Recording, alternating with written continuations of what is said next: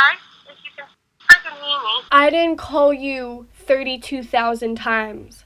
I called you 19 times. I only called you 19 times. I only called you 19 times. Dilate the pupil like the ayahuasca boost. You be the one who show you to yourself. Hola everybody, welcome back to my channel. So today's video is going to be what I assume a very long video, an eventful video, a crazy video, a video that will make your skin crawl because you're like, what is this bitch? Before we get into this video, you guys should probably get some food, get popcorn, get some snacks because I'm gonna be spilling some tea. So while you go get some food, I'm gonna be talking about this video's sponsor. So you guys know I've been sponsored by Snapmade multiple times. This is my 5th sponsorship with Snapmade, and what they do is that they make awesome shirts like this.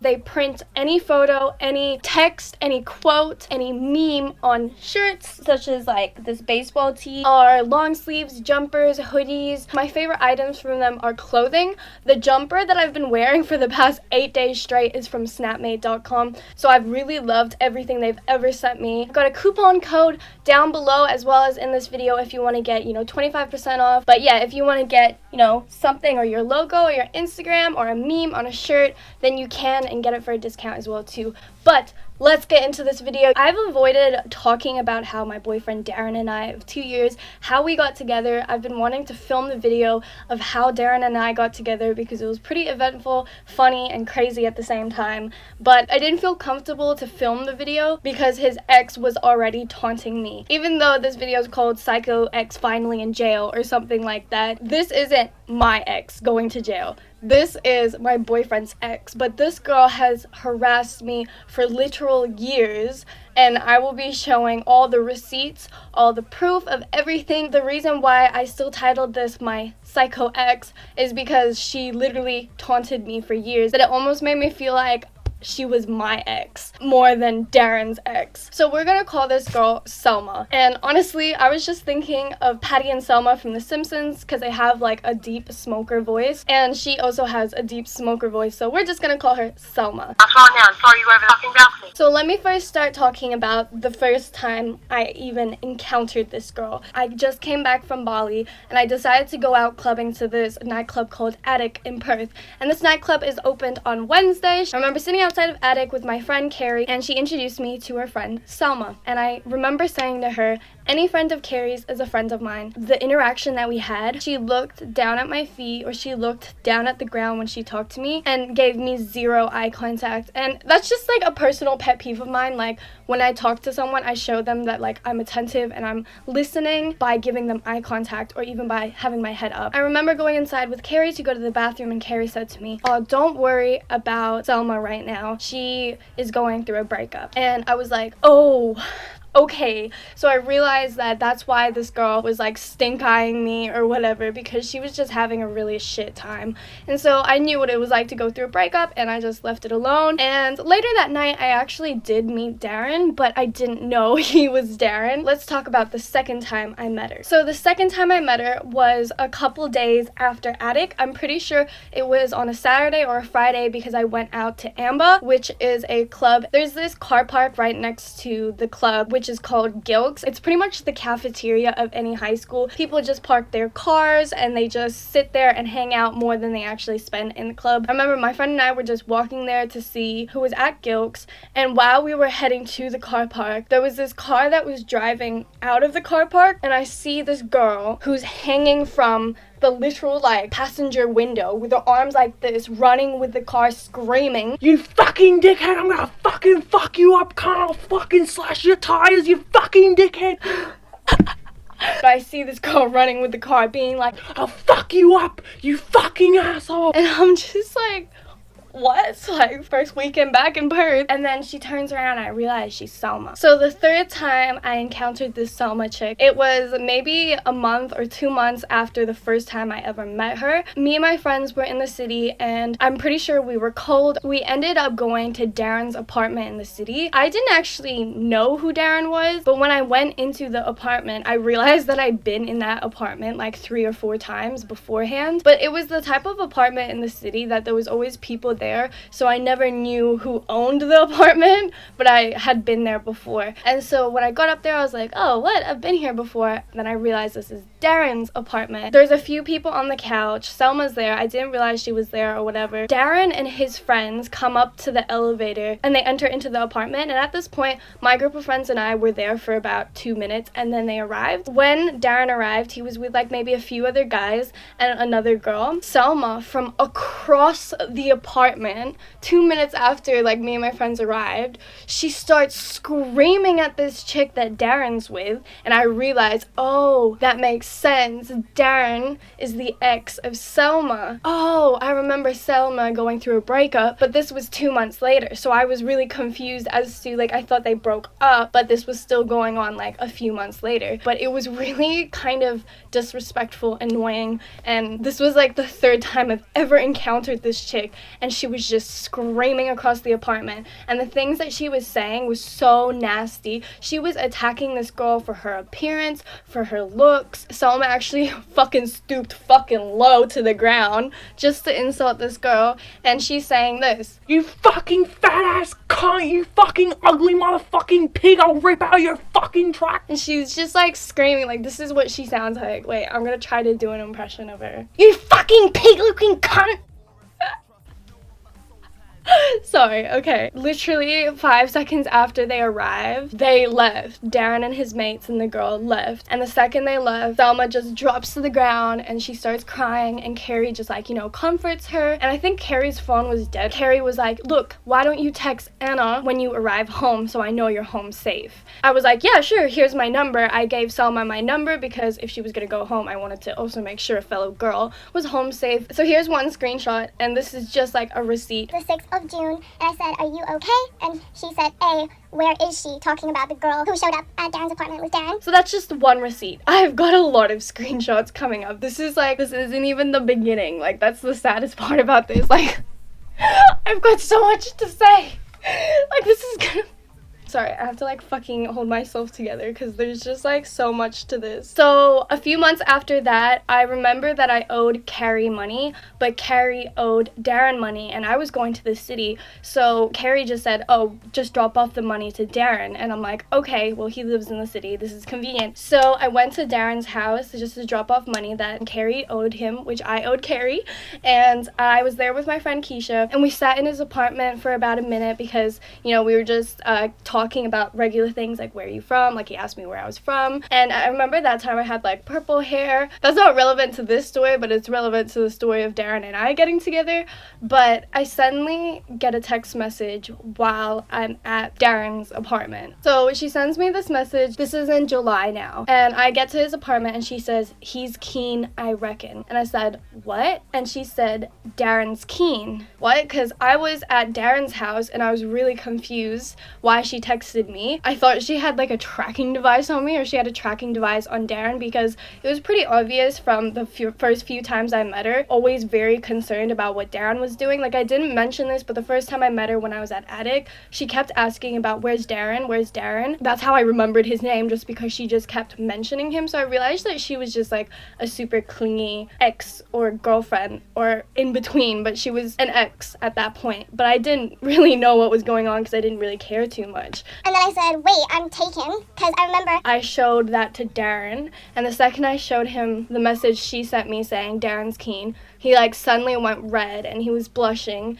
And at this time I didn't realize that he had a crush on me and he was like trying to pursue me, but because I didn't even know him, I could see that he was getting like embarrassed, and I replied back to her, "What, I'm taken?" And that's when Keisha heard a ding in the other room, and then we realized that Selma was in his apartment. And Darren explained to me later that like Selma would come over a lot, even though when she was uninvited, and just like ring the doorbell to the point where Darren's housemate would let her up. I remember Darren saying that like when I was dropping off money, Selma knew that I was coming over and she insisted that she wanted to stay, and she said that she's like, "Oh, well, Anna's my friend too," or whatever. And then Darren just said, "Well, you've got to be in the other room because I want Anna to think that I'm single. Like, I want Anna to think that I'm like available," because he was. It was just this clingy ex that just was around him all the time. But the funniest thing about this screenshot that I'm showing here now is that when I said I'm taken and I said I've got my headset on somebody else, suddenly her demeanor changes, and this is relevant to the rest of the story,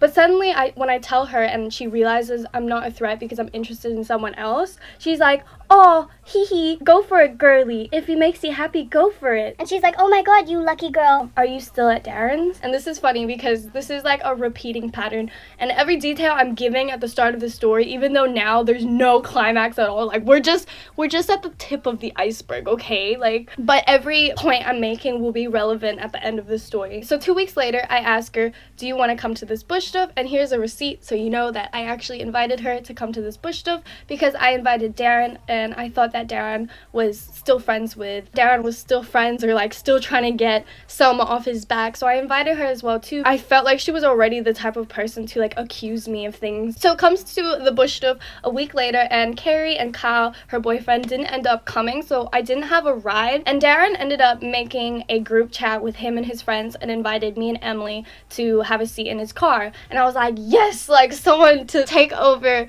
this camping shit because I'm not good at this. Like, we didn't bring a sleeping bag, we didn't bring a tent, we didn't bring anything, my friend Emily and I, and Darren brought the tent, he made the fireplace, he did everything, so I was so glad that we had Darren with us. I only really started to get to know Darren from driving in the car with him, and the drive to the Duff was very interesting because I was getting so many calls on my phone. I don't have any screenshots from calls and messages that she sent me through my phone because my phone died like years ago, but I have all the Facebook ones because they're still up. She kept calling me and trying to like message me, and I remember not being able to answer because we had no reception. And she said, babe, if you're with Daz, can you ask which fabric he wanted for his robe? And then a bit later she says, are you online? And then a bit later she tries to call me. And I responded with, reception is so bad. All good, just needed someone to reply to me. I don't know why they're trying to keep Darren away. They're all being so horrible to me.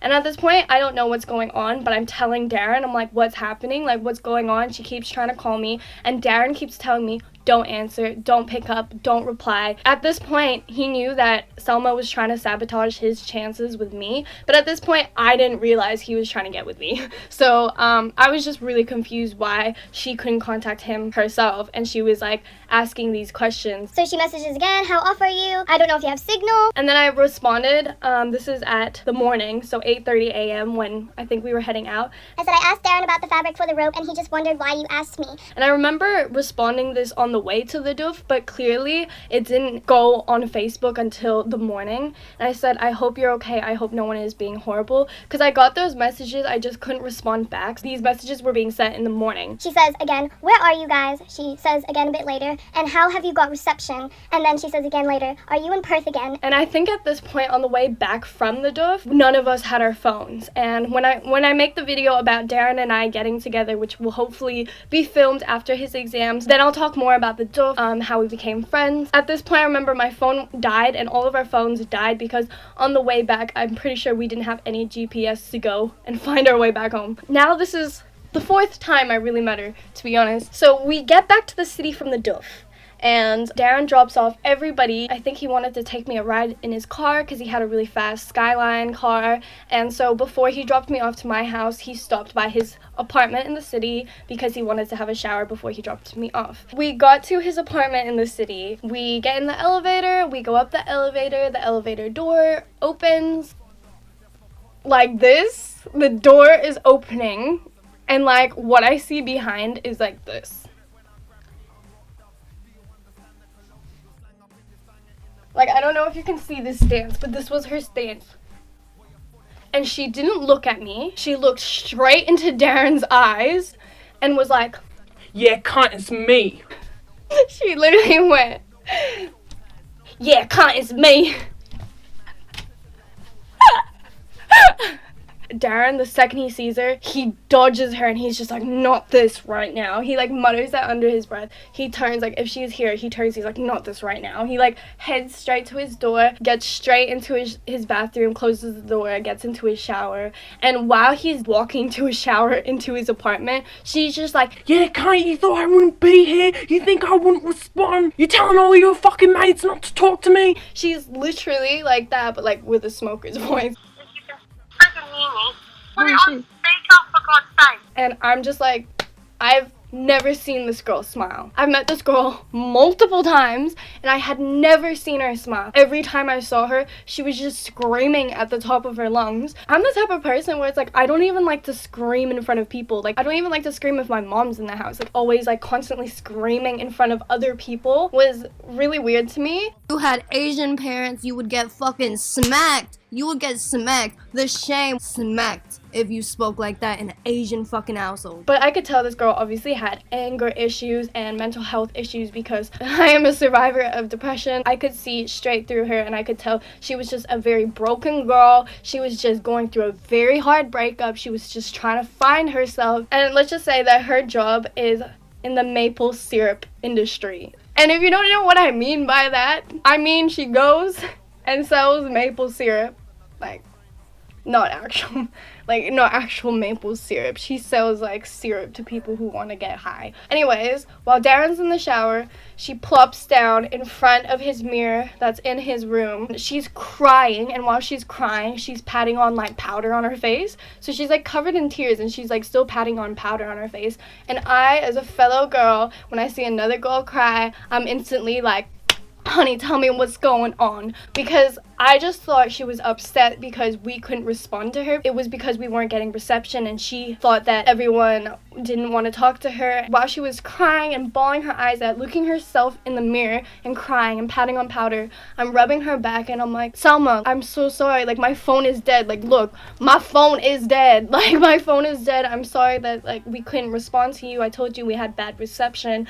And while I'm like calming her down and trying to like justify like why we couldn't respond to her, because at the time I thought that was what was wrong, turns to me with the snarkiest face and she says, Did you sleep with him? and I look at her and I'm like, no. I spent 90% of that night with my friend Emily. I remember there was a time where I didn't see Darren for like 3 hours straight throughout the night because I was just with my friend Emily. Right after she asked me that snarky ass comment like, Did you sleep with him? even though how could I when we're in a tent with 10 other people? No, like, what do you mean? Like, I was with Emily the entire night, and I'm still rubbing her back, and I'm still saying, like, what do you mean? I was with Emily the entire night. And suddenly, she goes from, like, being a snarky bitch to me, sucking my fucking ass. Like, she ends up sucking my dick by saying, oh, I hope you had, like, a really good time, and, like, you're such a thoughtful person, you're so nice, and she starts, like, literally sucking my own dick. And I was shocked. Like, I couldn't even like really respond that quickly because Darren took a shower in like 5 seconds, and those 5 seconds was her being snarky at me, being like, Did you sleep with him? to suddenly switching to, oh my god, you're so nice, you're so sweet. And that was the only time I heard her speak in like a normal voice, but it felt fake and very fabricated. But I couldn't tell if it was like her bipolar or if it was Selma. Can you explain that to me? Like, you know, when Selma comes out of jail and she watches this video, like, I actually hope she like reflects on herself. This behavior I'm showing all the receipts. She knows between her and I it's true, but this is such a funny story to tell. In this same screenshot, you can see I asked her later, I said, are you feeling better? Because I was concerned for a girl, even though she really scared me by like switching 180. Like, that actually freaked me out. But I still wanted to make sure like that she was okay. She says straight away, nope, can you try ring Darren and see if he answers, babe? At this point, I realized that every time she ever tried to talk to me was to try to get through Darren. Darren stopped hanging out with her and started hanging out with me, and it was driving her insane. It was literally, and I'll talk more about that later, don't let Darren make you think he's a nice guy. He's the biggest piece of shit, and he says he's gonna continue to try to get with you. And I didn't know why she kept trying to tell me that he was trying to get with me, when I was in the apartment with my friend Keisha. That was literally like one of the first times I met him, and that's why I didn't believe her when she said he was trying to get with me. I thought she was just trying to like sabotage him. I didn't realize that he was actually telling her that he needed her to go away because he wanted to get with me. So I thought Selma was telling me this stuff to like scare me away or something. It was true that he was actually trying to get with me, and I'll talk more about that in the video that Darren and I filmed together. But like I said, I couldn't film that video of how we got together unless I make this video. But let me continue. A couple days after the duff, Darren invites me for a skate, and I never really had like a skate buddy here in Perth. So I remember we went for a big long skate and it was a lot of fun, and we broke into a cemetery. I didn't even realize that it was a date. I'm so dumb with people trying to get with me. I think a lot of girls can relate. We just consider like a guy being nice just like a guy trying to be our friend. That was on a Thursday, I think it was, and my birthday was gonna be on a Saturday. She messages me saying, "Hey baby, happy birthday." I'm like, okay, that's nice. It's a very sweet message. But literally in the same minute, she says, "Can I ask you something?"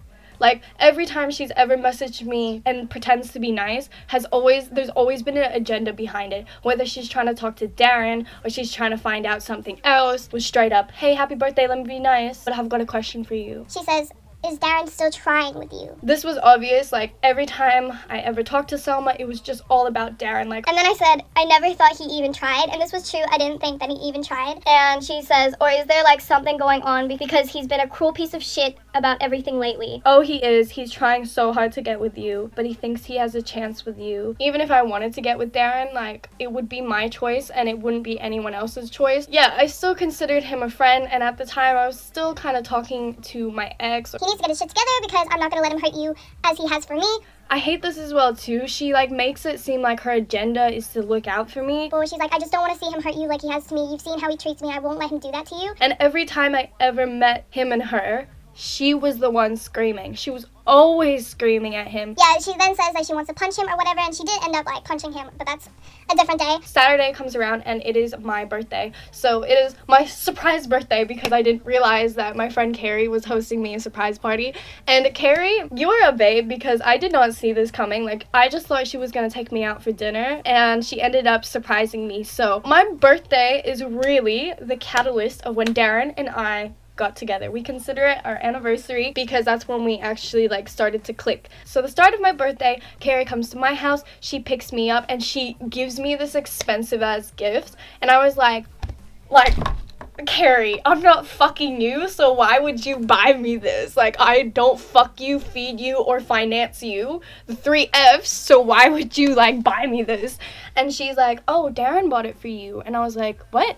And she's like, "Oh, no, Darren and we split it and we bought it for you." And I was like, "Oh, that's really nice. Like, you guys are so thoughtful." So she drives me to San Churros, and I see all my best friends there. She invited all my closest friends. Darren was there. So shocked, and I got a video of my reaction, and all of my friends were there. I realized that, like, every time when we were at dinner, every time I, like, looked towards him, he would, like, look at me. That's when I kind of thought he might have had a crush on me, just because he would, like, look at me a lot. But then I realized I was also the birthday girl, so, you know, everyone will be looking at this prize. But Darren goes off, and I think he goes home or to the city to get changed. And I remember Carrie was telling me that she wasn't friends with Selma anymore, and I was like, kind of like I wouldn't be friends with Selma, but I was like, oh, why? And she told me, Selma pretty much told Carrie, like, if you're friends with Darren, then you're not friends with me, so, like, pick one or the other. First of all, like, Carrie as a person, she just has golden soul. Like, she has a golden soul. She has more love than we can produce. Like, she just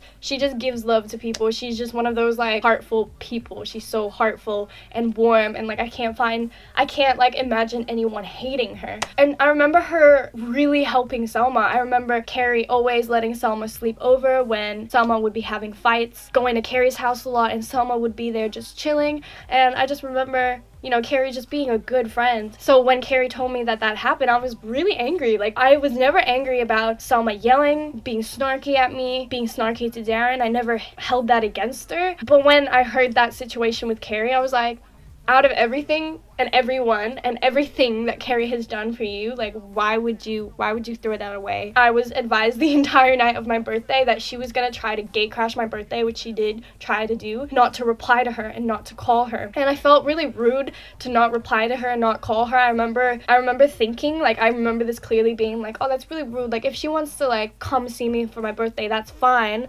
But there was still, like, a part of me who was like, she doesn't want to see me. She wants to see Darren. Here are some receipts from that night. I said, yes, we left San Churros. She says, where are you heading? I'm guessing Daz is there too. It's always, every message was always about Darren.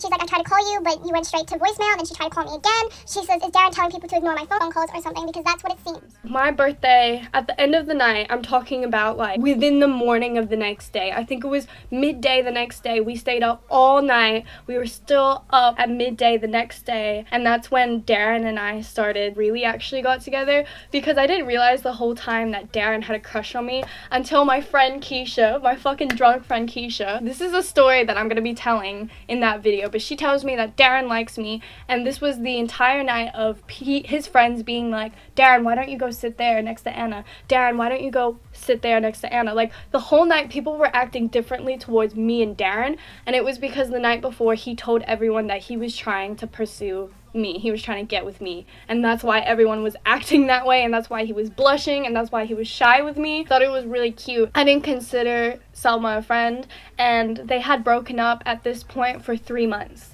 So for 3 months, they were broken up, so I thought 3 months is enough time to get over someone. I feel like I have the right to squeeze myself in. And, you know, we didn't get together straight away and became boyfriend and girlfriend. I mean, the first time we kind of, like, hugged each other and, like, cuddled was that night because it was my birthday. And every girl needs a birthday cuddle. My one just happened to be Darren. Surprise, motherfucker, you're actually midway through this story because this is only the halfway point. My laptop will die if I try to upload like all 50 minutes of this. But yes, I will post the video hopefully tomorrow, so within the next 24 hours. It really just depends how long the internet takes to upload the other half of this video, because the other half of this video is already edited and I can actually get into why she's in jail, how she got in jail. But to be honest, if you can see a link or annotation in the end of this screen, then that means the video is already up, and if the video hasn't been put up yet, then it should be up in the next day or 2 days or so. Shouldn't be 2 days, should be about 1 day, but it really depends on the internet. This is part 1 of Psycho X sent to jail, finally. Watch part 2 hopefully tomorrow.